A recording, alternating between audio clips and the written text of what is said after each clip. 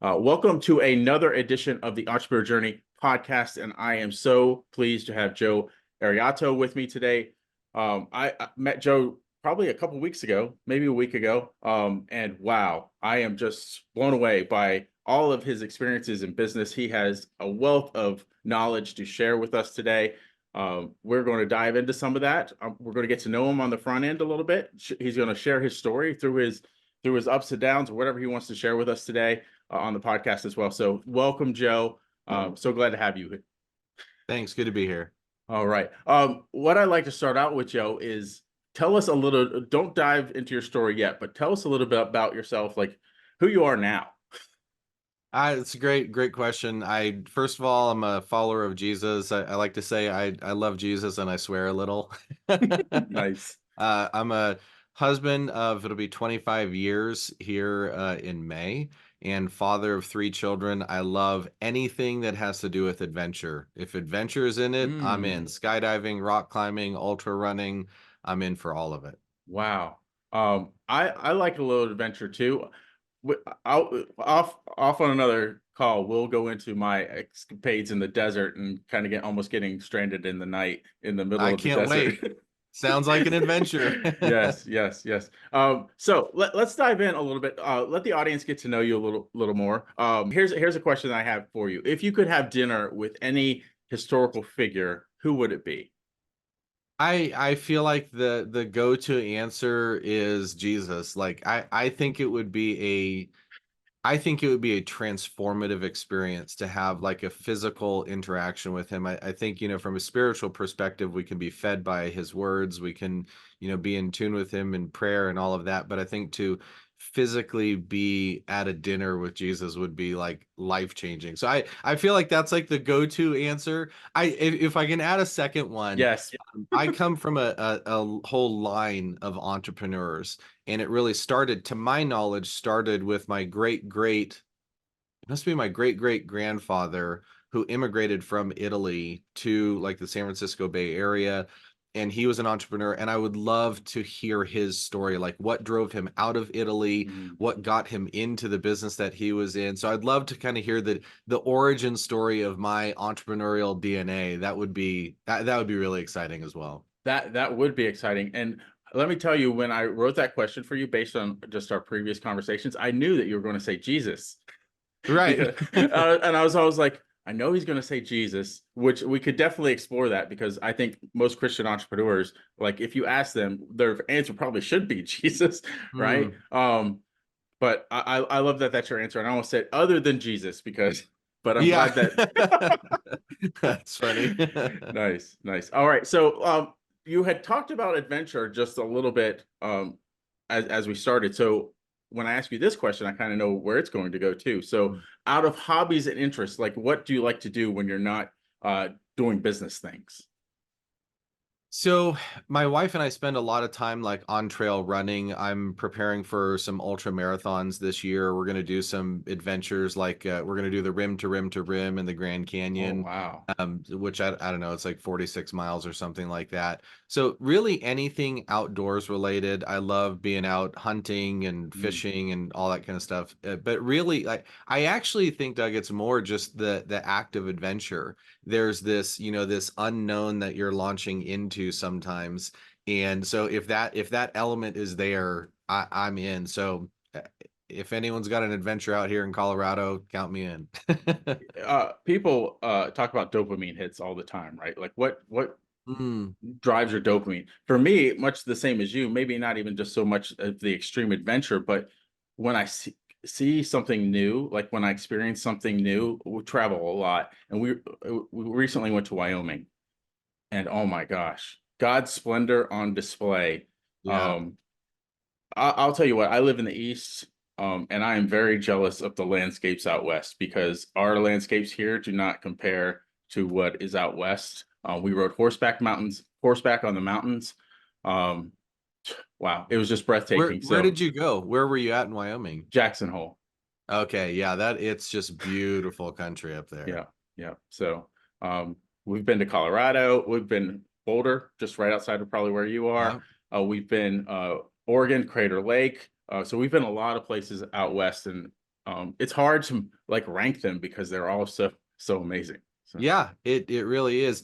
We as I'm thinking about this adventure bug, element of things, I think there's like acceptable risk and then there's probably unacceptable risk.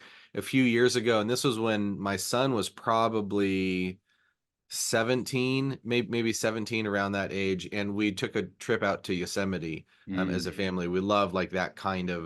that kind of element. And the climbing in Yosemite is like really hard. Like they grade what is a 5.9 anywhere else is like a 5.7 out there. And so we were going to do this route on Half Dome, which is like a very easy route. It's climbing. We had no idea what we were doing. We hadn't even done any multi-pitch climbs yet as a team, he and I. Uh-huh. And we're like, we can do it. So like literally the night before, I mean, we were gonna wake up super early, hike up to the base and climb this thing. And Joseph was kind of like, hey, do you think maybe this is a dumb thing to do? And I was like, and when he said it, I'm like, yeah, this is probably a really dumb thing to do. So I think sometimes that dopamine, whatever it might be, I don't know that that's why I do it. I think it's just the adventure of doing Mm, stuff. mhm. Sometimes we also have to analyze and go, is this really a smart thing for me to be doing? And that switch maybe is not always on for me. Nice, nice, nice. You had mentioned also your lineage that you have grown up in, but basically a generations and generations of entrepreneurs. So I have a very interesting question next for you. Like in your life, can you point to a specific person or a situation that has been like very, very inspirational or kind of a pivot point that kind of Mm. moved you forward? Yeah, I remember it actually really vividly, and it was my father. So my father I would consider to be my primary mentor in business. He started in business when he was really young in the mortgage industry, Mm. in the Bay Area, and found a lot of success. He was doing mortgages before there was even brokers. He was working at like savings Wow. and loans. I mean, he was closing like 40, 50 loans a month. I'm like, Dad, how did you do? I couldn't even believe it. It Yeah. was just very different back then. So he had built this big, customer base out there. He had probably 200, 300 clients who just kind of he built them up, through working with realtors, and then kind of rode the refi boom through the, 90s, and after that, Mm. probably 80s, 90s, and after that. And I remember there was this time I was working for him. My wife and I were youth pastors for a period of time, and then I joined him in business, and he kind of gave me, here's what you need to do. So he called the title company and they gave me a farm. It was a big, stack of paper, thousands of names on it. I was the guy calling while you're eating dinner. And I remember listening to his phone ringing off the hook. I mean, it was just like, Mm. because everyone wanted refis and they trusted him, right? So they called him first. So he was just taking application after application after, I mean, I don't know how many per day. And I'm sitting there cold calling, just smiling and dialing. And I was very successful at it. Like in 2 weeks, I generated over $2 million worth of business, Wow. which was fun. Like that was Yeah. the exciting part. But I went to my dad and I was like, Dad, if this is what it's going to take in this business, I'm not interested. Like, I'm not Mm. interested in dialing a couple hundred times a day to get rejected all day long. Mhm. And he said, good.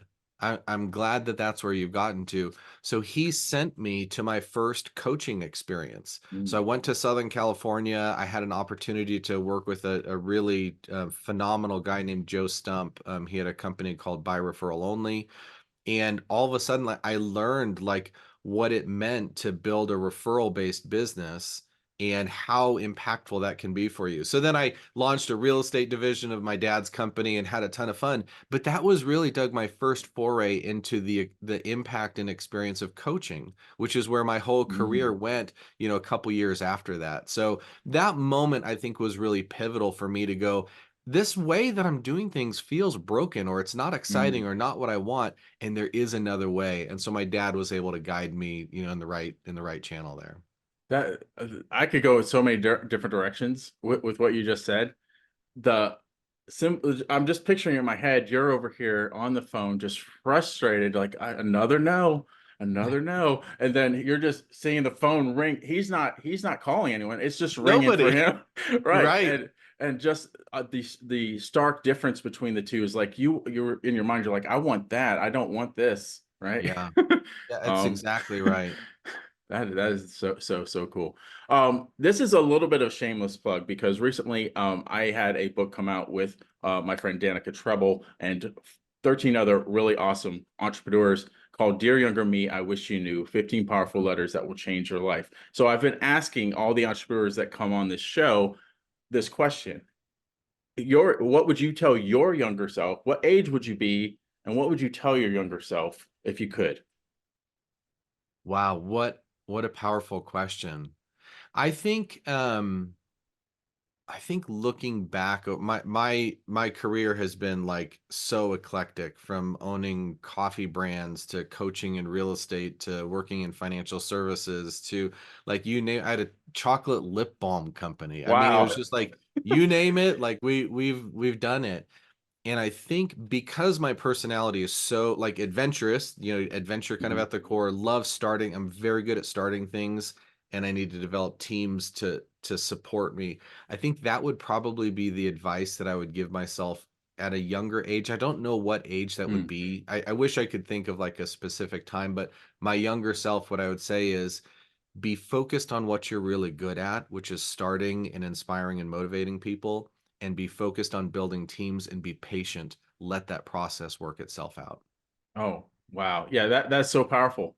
So many entrepreneurs come in as solopreneurs, right? And they want to do it all. Mhm. They think they're the only ones that can do it right. And Right. there's so much to unpack with what you just said about being patient, relying on teams, letting failure happen within your team because that's the way they learn, and being Yeah. patient with that. Wow, we could do a whole podcast on that, but we won't. Well, yeah, and I think part of it is also not being ashamed of that which is your superpower. So for me, the opposite of being a good starter, or like said a different way, is I'm not good at finishing things. Mhm. And so there can be some residue or shame that exists around, like, well, I just don't finish things very well. I start all these I could have 10 books that I'm reading at the same time. I could remodel a house while building a car, while doing all this stuff. And it's like, but finishing is really what matters. And so that's where people lay, or kind of sit a blame on somebody. They go, you're not a good finisher. Well, that's okay. Use your superpower of being a great starter and build the team to do the finishing for you. So I wish that I had like accepted that about myself sooner and recognized, oh, there are a lot of people who have trouble even starting something. Mhm. And so, that's not where I struggle. So start, build the team, be patient, let the results come in. Yeah, yeah, that's awesome. I'm so glad that that question was on here because I think the people on this audience in the audience could definitely benefit from everything that you just said. So Mm. really, really cool. Another standard that I do every time on the show is the fill in the blank question. And your fill in the blank question is, in entrepreneurship, the key to success is not just building a company, but ensuring you blank. Mm. So freedom is my currency, and Mm, I think it is for a lot of entrepreneurs. And so I would fill that blank in, like, remain free. mhm, So many business owners feel trapped by their business. Like, they build this business around them, and it's like they built the cage around them. And so they feel the other way around. They say I'm a business owner, but it's more like the business owns me. They mhm, can't take time off. And so I think ensuring that you build the systems around you to remain free, think scalable, like, everything can this scale without me? Could I go on a 3-month vacation and the business would be just fine? So for me, and again, freedom is my currency, and so mhm. that for me, that's what I like to help people think through, is like, how do you build a business that doesn't own you? Yeah, I'm going to pivot off of that a little bit because a lot of our audience are in the coaching space, right? And they create a personal brand, right? Then that personal brand is tied to the business. So how do they scale a business that's tied around a personal brand? So that there's really some insights that you could probably dive into that maybe they shouldn't have started it out as a personal brand and Mm. created it as a brand that's by itself. I think they can. I mean, if you Hmm. look at like some of the biggest companies in the world, they're named after the founder of the company, right? Yeah, I mean, Adidas, like, it's, yeah, I mean, yeah. it's like you almost pick any industry, you've got these behemoths. So just because like your name or your branding is the central focus of it, doesn't mean that you have to be trapped by that business. Mm, How do you build the systems in place? The first coaching company I went to work for was a man named Brian Buffini. The company's name was Buffini and Company. Now he mm, named it he didn't call it Brian Buffini's company. He called it Buffini and Mm, Company. So his name and his DNA is still imprinted on that company, but he built a team of people to deliver all of that. So I think it's just really it's being intentional about creating the team that can deliver those things for you. I'm actually doing a webinar later today called "The Rainmaker's Dilemma." It's this dilemma nice. that we hit as the rainmaker of our business, especially solopreneurs.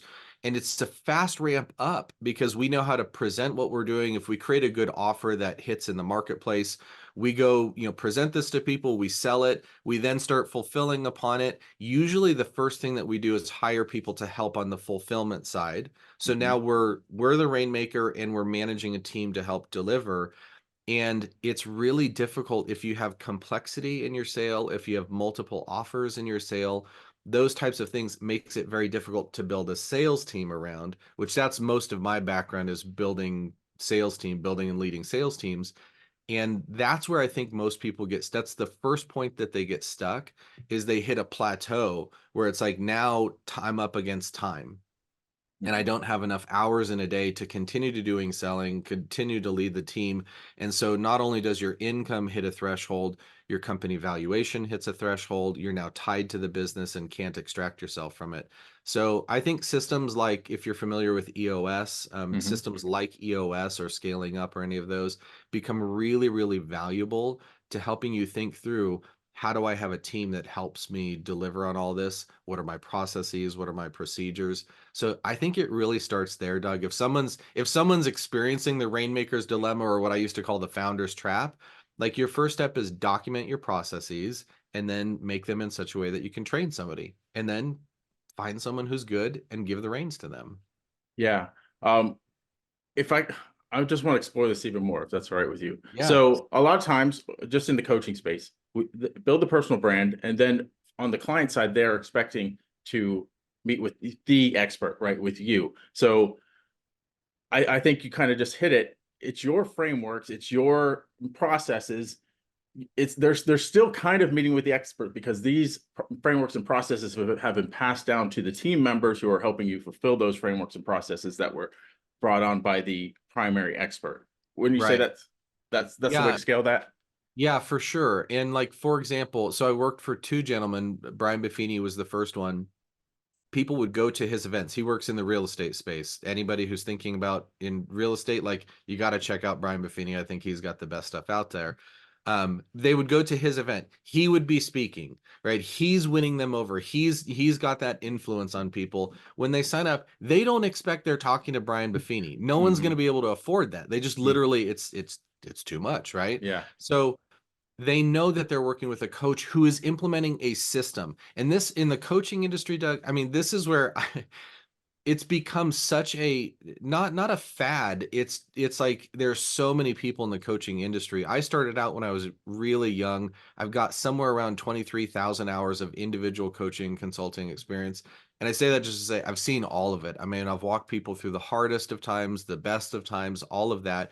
And if it's all centered around just you and your personality, you're going to hit that threshold. And if you're okay with that, be okay with that. Hmm. Just say, hey, build your schedule in such a way where you can take, on those months that have 5 weeks in them, that's your week of vacation. Whatever tactics you use to build that time off.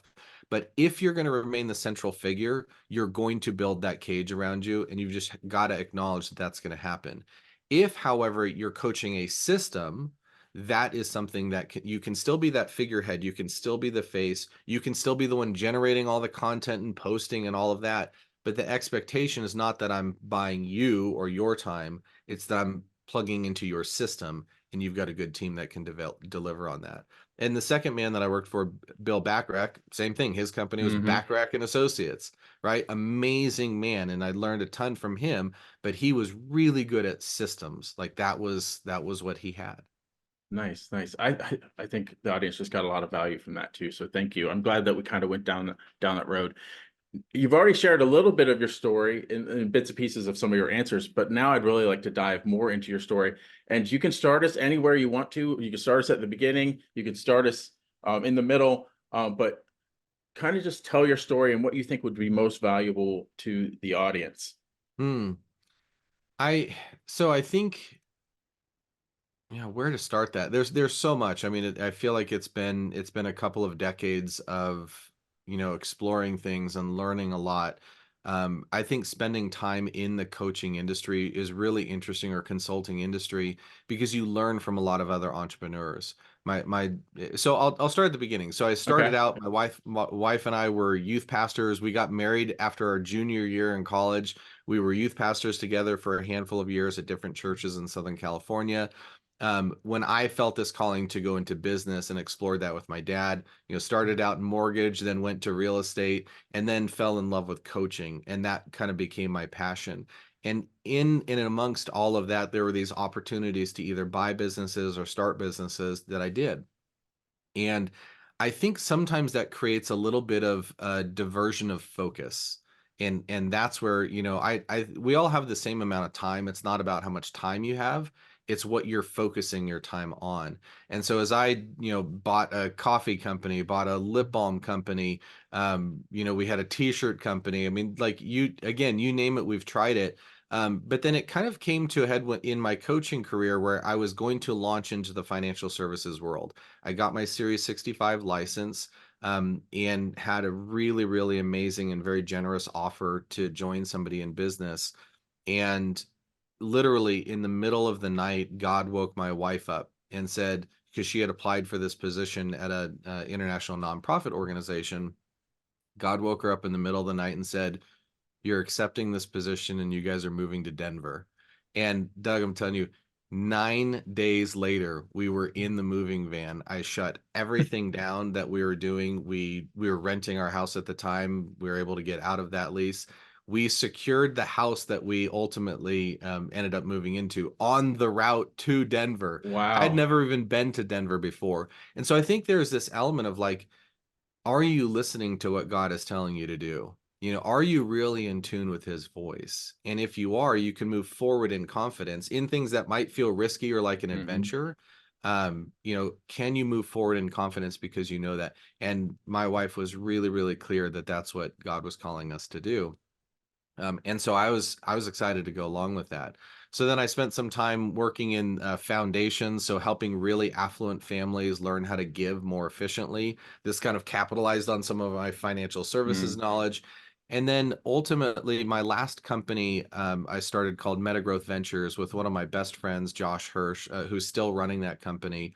And companies hired us to build their sales teams. So usually it was a founder who had hit that founder's Hmm. the rainmaker's dilemma, the founder's trap, and they realized, I need help. Like, I need to grow, and in order to do that, I need to build a sales team.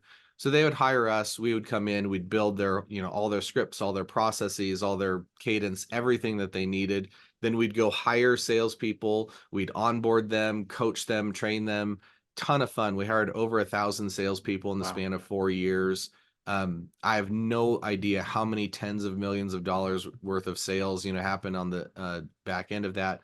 Loved that experience. Ended up wanting to extract myself from that, so my business partner bought me out. But in the process, we had built a SaaS company called Sales Table, which is still running today. I don't have a whole lot of input into that company anymore. I meet with the founders all the time, the other co-founders. So it was just kind of this breathing into the sales arena, because just my heart is with salespeople. It is one of the most difficult jobs that exists. If anyone's ever read the book Fanatical Prospecting, phenomenal Mm. book. I Mm. love that book. But he talks about, in the book, he's like, millions and millions of dollars I've made, and I know that it's all because of prospecting, yet every day, that is the hardest part of my Mm. day, is getting up and doing that work. So that's a lot of what I get to do, is inspire, motivate, and encourage people, as they're building their teams, pouring into them and leading all that out.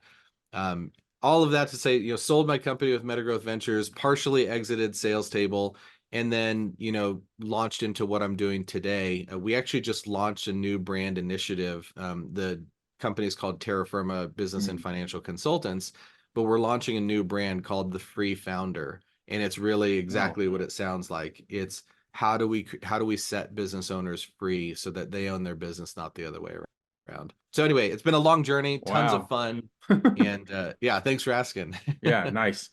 So much in there. I One question was coming to mind that I wanted to ask you, and how what your perspective is on it. So you coming from a lineage of entrepreneurs, your dad being an entrepreneur, you had that early influence. A lot of entrepreneurs are like the first entrepreneurs in their family, Mm. right?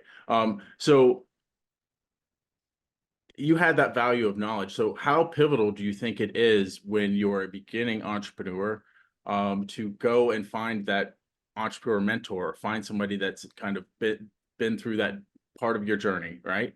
So can you just talk about that a little bit? Yeah, and I'll also say, a lot of people who are listening are probably the first in their line that'll be an entrepreneur, and they're probably their last Mm, because their families. I think part of the reason this happens is kids of an entrepreneur who is not doing things properly look at that life and go, no way in heck I want that. Like, mhm, that's insanity.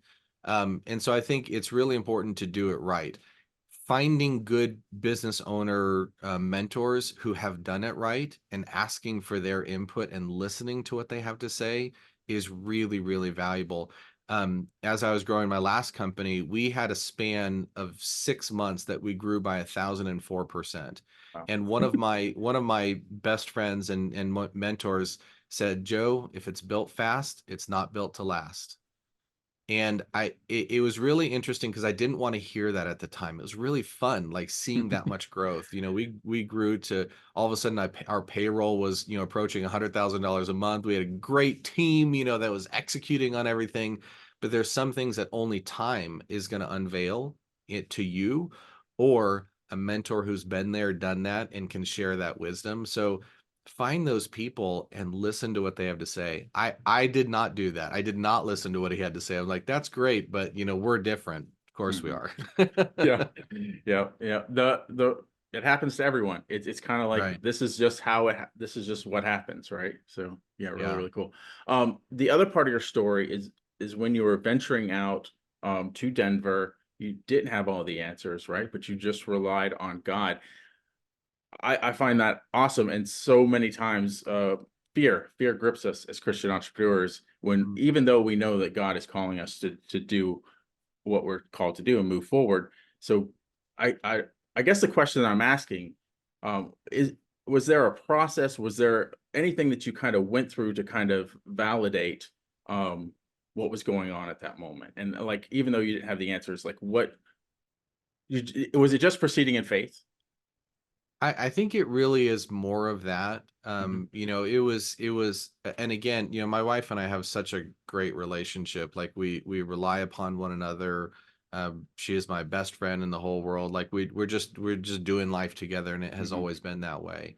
I know how in tune she is with God's voice, and so there's some of that is like listening to someone who's connected in as well. Hmm. And so we were certainly like, together in that journey, didn't know what it was going to look like, and it didn't matter. I mean, honestly, it's like the things that matter, plugging into other people, feeding them spiritually, whatever that might look like. I don't care if you're rich or poor, like joy is not attached to your bank account. That's right. I That's think right. we all know people who have a ton of money, but they are as poor as can possibly be. Hmm. Hmm. And so I think that's kind of the main thing.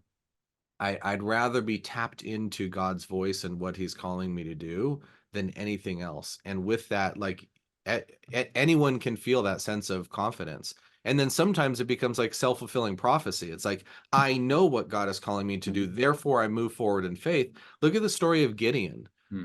My wife and I were just talking about this the other day. Like the story of Gideon is kind of crazy. People talk about putting out a fleece, and I think sometimes they don't attach like what that story is. The whole story is Gideon, God called Gideon to do something, right? He's one of the judges. God called him to do something, and he's like, are you sure, God? Like, am I hearing you right? He's like, okay, if I'm hearing you right, make the fleece on this ground wet and the ground dry. And then God does that, right? The fleece is wet, the ground is dry. And then he goes, okay, one more time, God. And he goes, now I'm going to put it out, make the fleece dry and the ground wet, right? So he's not testing God, but testing this, am I connected into God's voice and what he's telling me to do? So God provided those answers to him, gave him that confidence. But then what happened next? Right? Then God tested Gideon. Mhm. He's like, okay, you've got this great army. I'm going to cut it in half. Then I'm going to cut it into a third. Then I'm going to cut it again. And you're going to go out with 300 men and defeat this whole army, not in your strength, but in mine. And so I think sometimes as entrepreneurs, we've got to pay attention to that lesson. Like, yes, we can move forward in faith, hearing God's voice, and be confident in that, even when I guarantee zero war advisors would have advised Gideon to cut his army by that much. Like, there's nobody who would have said that's a smart move, but he did it because he knew that this is what God is telling him to do. Yeah, his faith was in the right place and not in himself, because if it had been himself, he'd run tail the other way. Yeah, exactly. Or try to go amass more men rather than Yes. cut them down. You know what I mean? Yeah. But and then that whole story where they surround the camp and smash their, pots and then the candles, and then the army that they're fighting kills themselves. They don't even have to get involved in the battle. So Yeah. I think in response to your question is like, how do we move forward? If you know that you're tapped into the voice of God, you've got to be confident in that. Be confident and take action in that. Like, inaction will kill more businesses than misaction. Hmm. It's like not making the wrong decision, it's making no decision. Stop staying stuck. Like, choose to move forward, listening to God, and take that, and implement it, whatever that might look like for you.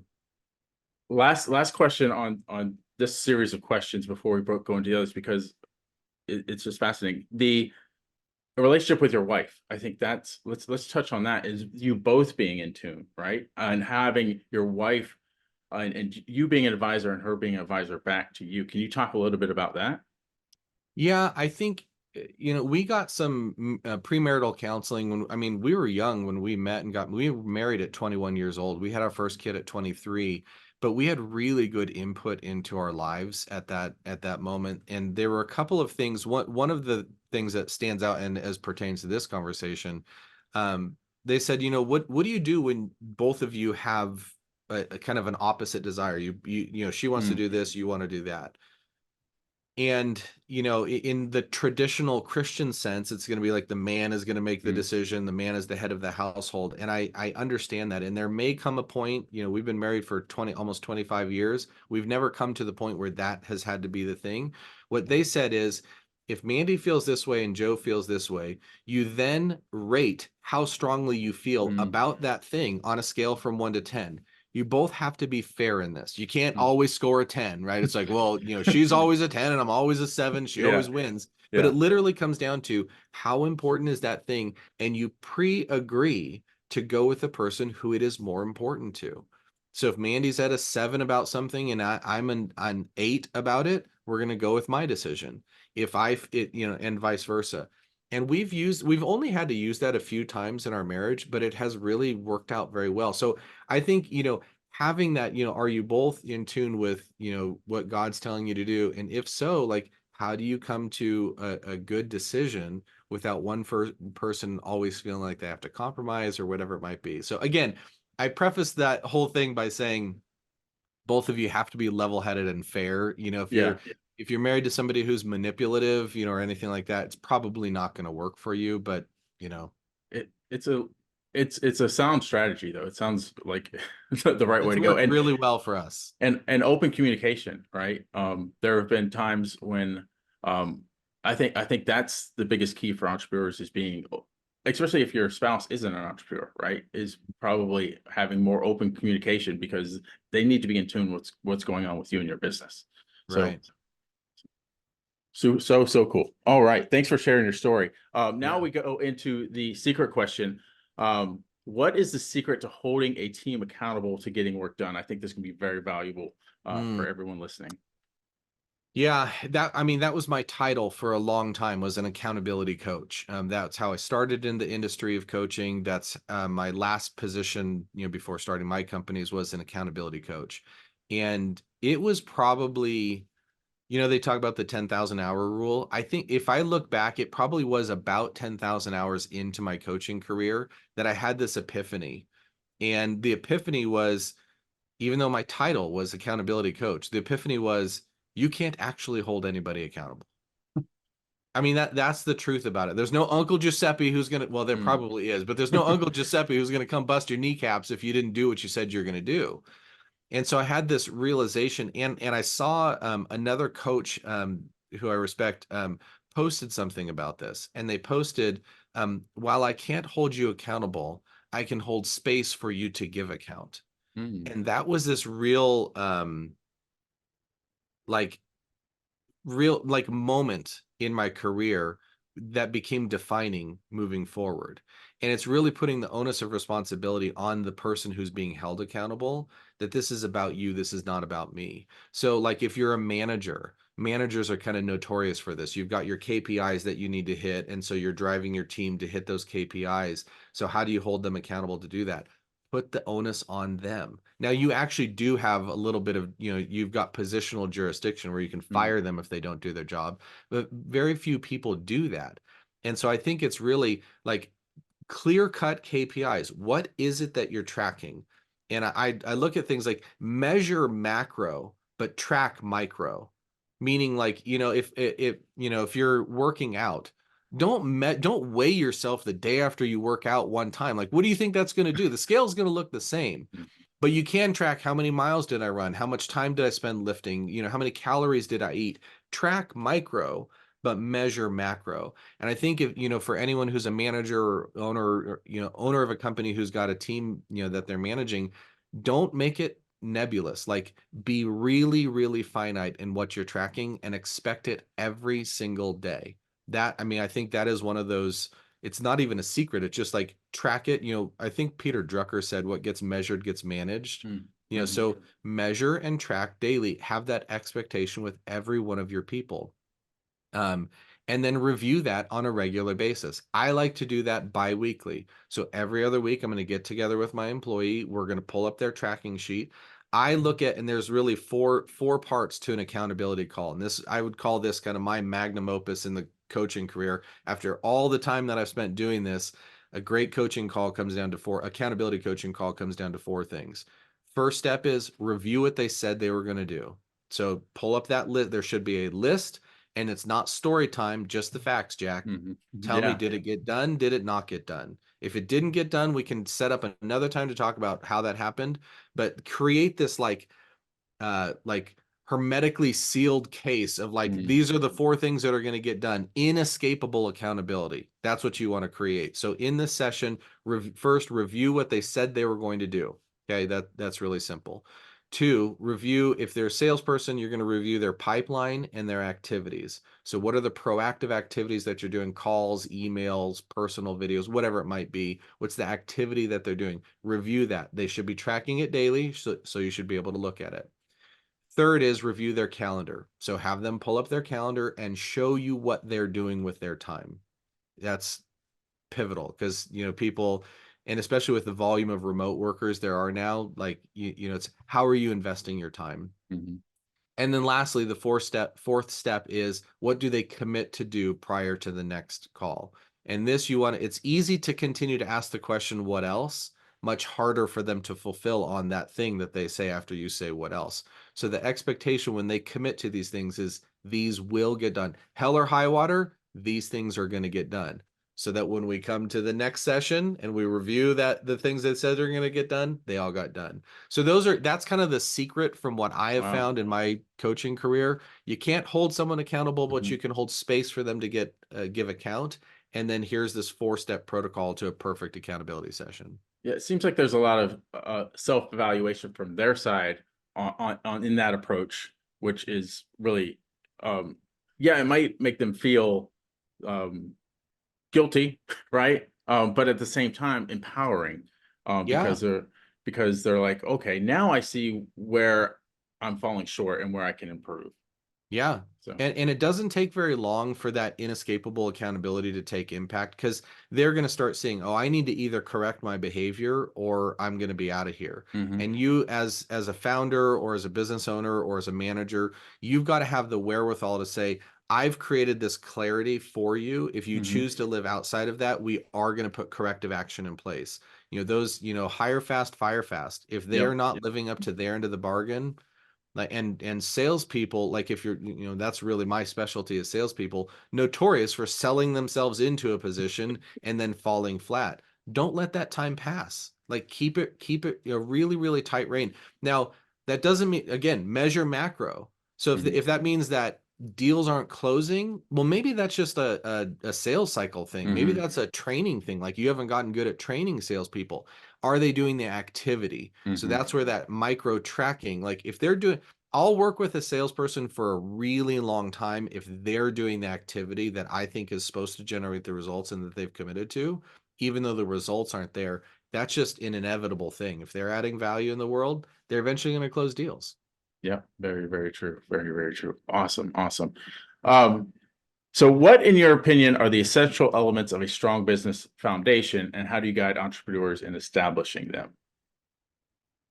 So, I mean, I know that it's maybe a little bit cliche, but like mission, vision, values, Mm, goals, like that, old school thing. It's funny, as cliche it is, it's cliche for a reason. Like there's a lot that's there. So, I talk with a lot of business owners when I ask them what their mission or vision is, they kind of just flounder around. They don't have anything set. And if they're unclear on that, I promise you it's impossible for your staff to get clear on what that is. But there's something beautiful that happens when you have a company culture that is centered around a mission and a vision. And now all of a sudden you're making hiring decisions based on that. So a lot of the work in EOS, the Entrepreneur's Operating System, phenomenal around helping people gain clarity on that. So I think that's the first thing is like, what's your company culture? Do you have a good culture that you're attracting the right kind of people to? This is the Jim Collins good to great, get the hmm. right people on the bus. It's like, what does the bus even mean? And I think Right. I think that's what it is, the mission, mission, vision, values, and goals. Um, oh, you were going to say something else. Yeah, I was gonna say, I think that the next stage down is the processes, and this is where a lot of founders skip because we're just doing. We're like in the Hmm. act of doing, and we're changing things so rapidly just to match whatever the marketplace is, responding to. But you've really got to get those protocols, that standard operating procedures down. If you're going to build a team, they've got to be able to follow something, not just wing it. They can't Hmm. wing it like you can. You just can't expect that from them.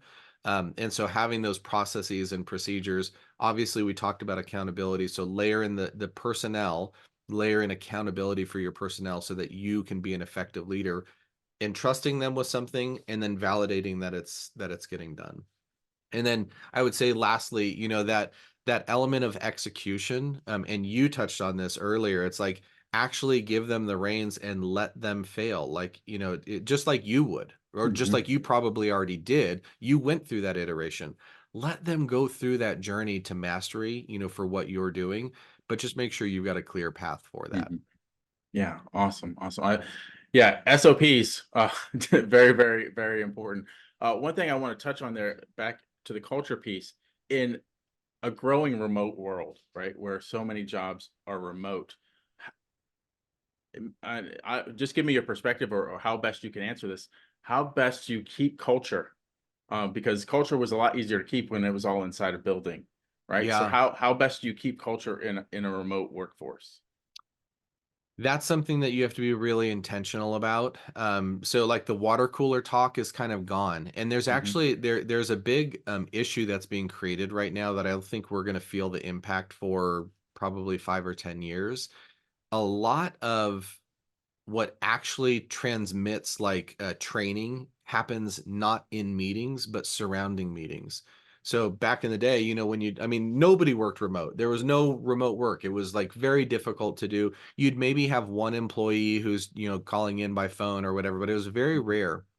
So when there's a meeting, you and I are joking about this earlier, like we like to show up early to stuff, Yeah. so those people who show up early, what do they say? 5 minutes is on time, on time is Yeah. late, Yeah. that concept. So we'd get there and we'd be talking with our, the people that we're working with.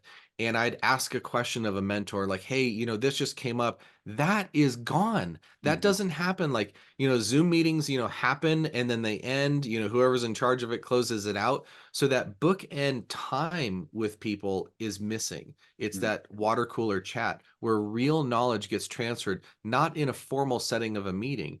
And so I think having those informal meetings, we used to do this. We would we had a person who this was kind of their role, was just to orchestrate this kind of thing for our staff. So we'd put together like a game time, and we would buy Mm, everyone like a $5 coffee, and send it to them, whatever their favorite coffee is. We'd all be drinking that on a Zoom meeting together, playing like a board game, or like there was some games that they had like on Zoom that we tried a few times. So we actually, and then we'd give, gift certificates, might be $100 or $200 gift certificate to whoever won. So it's just that camaraderie, like that traditional team building stuff, time not talking about the business, but learning about one another. So that's one way, is just like schedule some time, put it on the calendar, get everyone a nice little gift or whatever it might be, have a challenge or a reward. The other thing that we did that I thought was really interesting, I hadn't heard of other people doing this, but we did a book study together. So we all mm. we bought all of our employees, we bought and sent them all this book, and the expectation was each week we'd show up, and it was an hour-long meeting where we would digest what we learned, from the next chapter that week, and we'd hear from everybody's perspective. Yes, we would lead it, as leadership, we would lead it, but everyone is encouraged to talk about those things. So those like simple things where you can learn about other people in a less formal setting. But man, you got to be really, really intentional about it. Yeah, you have to create that margin, right? Yes. That's something I've been in conversation with a lot lately with entrepreneurs, is the margin. Like, we're so tied to everything. Every time slot has a value, Yeah. right? But as Christian entrepreneurs, especially, where are we leaving the margins for life, right? Yeah. So yeah, so Well, and so that cool. was that was always, for founders, because we went through a time where we had lots and lots of payroll and not lots and lots of cash flow.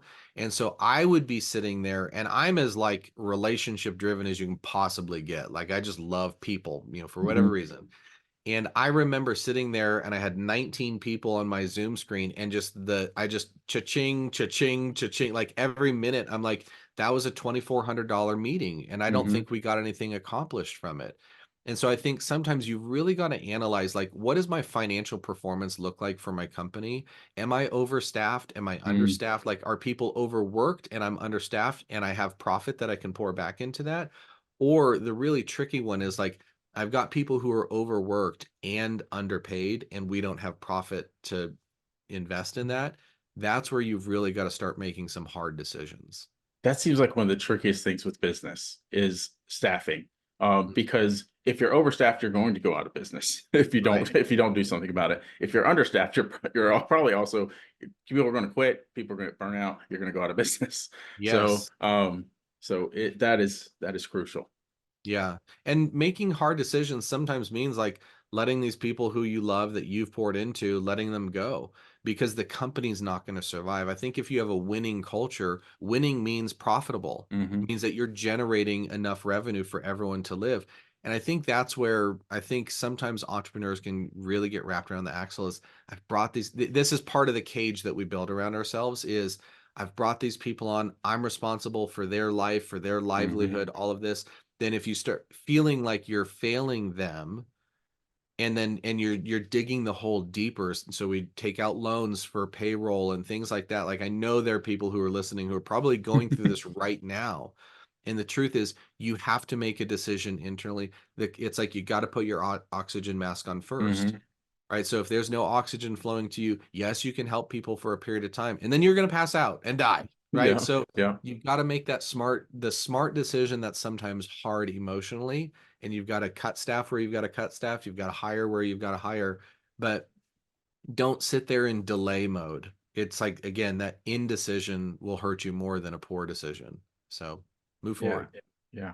Awesome, awesome. Can you share a specific strategy or approach that you found particularly effective in helping entrepreneurs scale their companies? Yeah, so building a sales team. I mean, this is what I did. We had 81 companies that we built the sales teams for. We started with ourselves, so we were the first company. And in doing so, like you've got to, and I've got entire trainings centered around this. I'll just give you kind of the high level. Make sure that you have pioneered the pathway. Asking a salesperson to come in and do what a founder should be doing, which is kind of carve, this is the route to get there, you're going to burn through salespeople really Mm. quickly. And then you're going to say, I guess I'm the only one who can sell it. No, you're not. You just haven't done it right. So, Yeah. but this is what a lot of us feel. So pioneer the pathway. What's the process to go to the market, get somebody interested, bring them in, and close that sale? You demonstrate that over and over and over, create the standard operating procedures, put it into a training protocol, then hire a salesperson to do that, and trust them with that process. Again, I've got entire trainings around that, but that's the one thing that I found can help scale a company more than anything else is duplicate that effort of the rainmaker to go carry a message to the marketplace and influence people to work with them if it's the right fit. Nice, nice. You shared something with me before called the founder's trap. Can you kind of go into that and yeah, just explain that what that is? Yeah, I mean, it's identical as the rainmaker's dilemma. So we start out, and again, most of us start out with a great idea. I love bootstrappers, right? People who just go out into the marketplace and we carve our own way. We don't, we don't necessarily take on loans or raise money. It's like we just have this idea and we go out and we make it happen. And so the founder's trap really is, you're closing deals. You can wheel and deal, right? When I'm on, if I'm the founder of a company and I'm on with a prospect and they go, well, we really need this. Can you do that? And it's like, yeah, sure, I can do that. Mm, Like we can be there and we can just make it up, right? hmm. So we start getting trapped into the cycle of I make these changes, I make these alterations, I make these concessions, and now I'm really the only one who can fulfill on that. Very difficult to train somebody else to do that. Mm, So then all of a sudden, now our clients are coming to us directly, to with complaints or whatever it might be, then I've got to correct all of that. Even if I've got a staff that I'm directing, I, as the central figurehead, call it like the hub and spoke. If you're familiar with the value builder system, the eighth driver of company value is hub and spoke. How central to everything are you? Are you the hub that all the spokes mm, are attached to? If so, one, it's more stressful for you and massively decreases the value of your company because who wants to buy that, right? right. So the founder's trap is I go generate all this revenue. I'm the only one who can fulfill on it. I hit this plateau that I just cannot grow beyond. So, again, the way to extract, we've already talked about like how do you extract yourself from that? You've got to build a team. You have the processes, procedures, build a team, hold them accountable. And start with sales. I like starting with sales Yeah. because it should generate revenue in Yeah. the shorter period of time. I will say this, if you don't have fulfillment really locked up, the back door being open will kill your motivation more than anything. If people are coming in the front door and leaving out the back because your Hmm. systems are not in place for fulfillment, you almost can't catch. That's a treadmill that becomes Mm. unbelievably stressful to run on. So, but if you close up that back door and you've got great fulfillment, and you've got a good, customer service, people, then it's awesome because now you really start filling it. I love that you touched on the fulfillment piece because so many, and you hear this a lot, is revenue cures everything, right? And so entrepreneurs are told that, so they go, okay, I'm just going to pump some sales in. Meanwhile, they are struggling to get their fulfillment in place. They've got all these sales coming in, but there's a lot of decisions to be made around that fulfillment piece and people to put in place and things to be systems to be put in. So I like that you touched on that. You need to also focus on making sure that fulfillment and that back door is closed. Yeah. You'll never grow beyond your capacity if that's the case because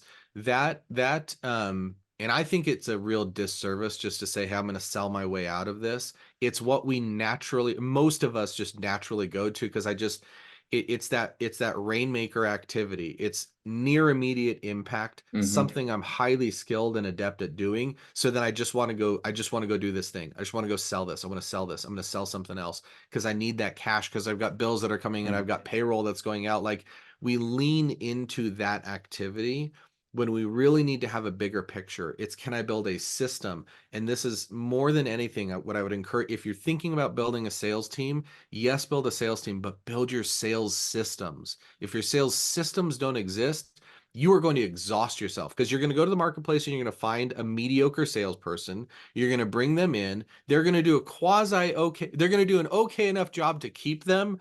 And you're afraid to go back because the nightmare and headache of having to go fire somebody and then go replace them and train a new person, you end up in this trap where that is really, it's why we created that company salestable.ai is to alleviate that. If you have a system that you can hire somebody equip them with what they need, and that system will automatically train them and get them ready to go. That's like a miracle. I love that. That's why I love that company. Nice, nice. So you have sold out of, I think you said, two companies, right? Yeah, Um exited one company and then partially exited another. nice. So how do you assist entrepreneurs in selling their companies and having peace of mind when they do so? It's such a great question, and I would say the preface to this is stats show that 75% or greater entrepreneurs who exit their company regret that decision within 12 months. And so that's a lot of the work that I do is not just like helping a business owner prepare to sell, it's prepare mentally. And I Mm, think part of this is like so much of our identity is wrapped up in our company. I'm the founder, I'm the CEO, I'm the whatever it might be. And so when we let that go, all of a sudden this identity gets lost. And so I think, again, as believers, like our identity is in one thing, it is in Christ.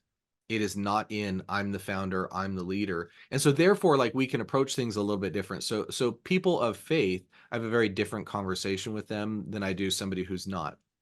But from just like a nuts and bolts perspective, we've got really three steps that we work with people, and we espouse the value builder system. If anyone's familiar with the company or with the book Built to Sell by John Warrillow, he created this value builder system. I've never seen anything as powerful as this system for business owners. So they start with their score. So they answer takes about 13 minutes on average to complete the score.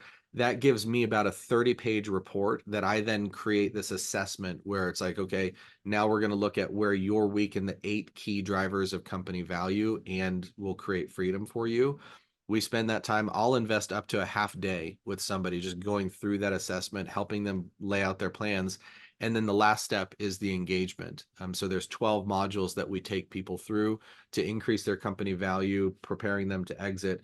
But as important as that is like creating a company that they want to have, right? If you're creating a company that's sellable, that means somebody wants to buy it. That means it's more attractive to you as mhm, well. mhm. So we typically see people double the value of their company by going through this process. Like the empirical data says that that's what's going on. So that's what we start with the questionnaire. We then do an assessment, and then we have our engagement. Wow.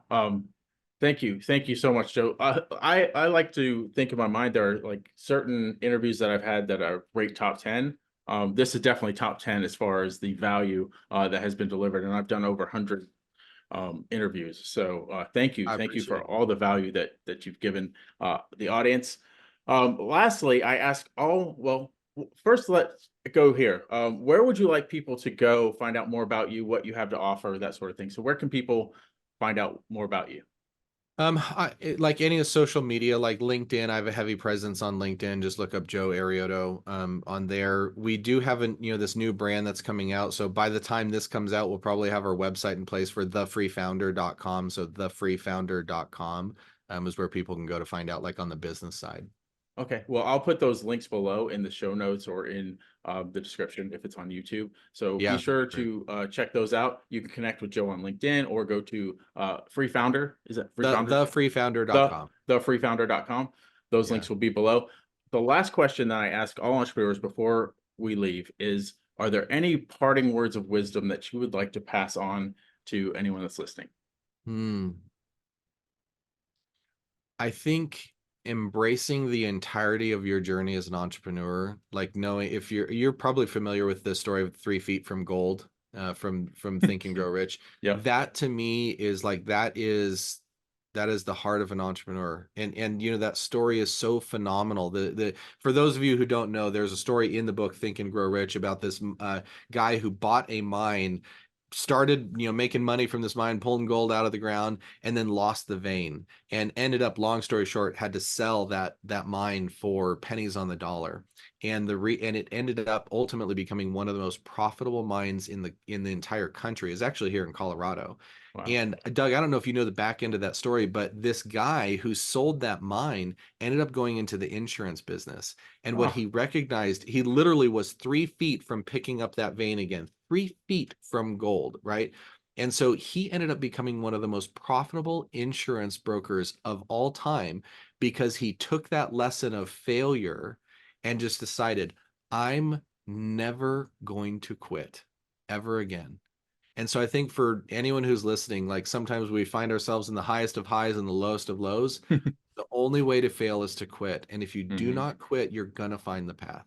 Yeah, yeah. The solution is there. It's just waiting to be discovered. Yeah, exactly. Well, thank you so much, Joe. And until next time, entrepreneurs, keep moving forward. Love it. Thanks, Doug.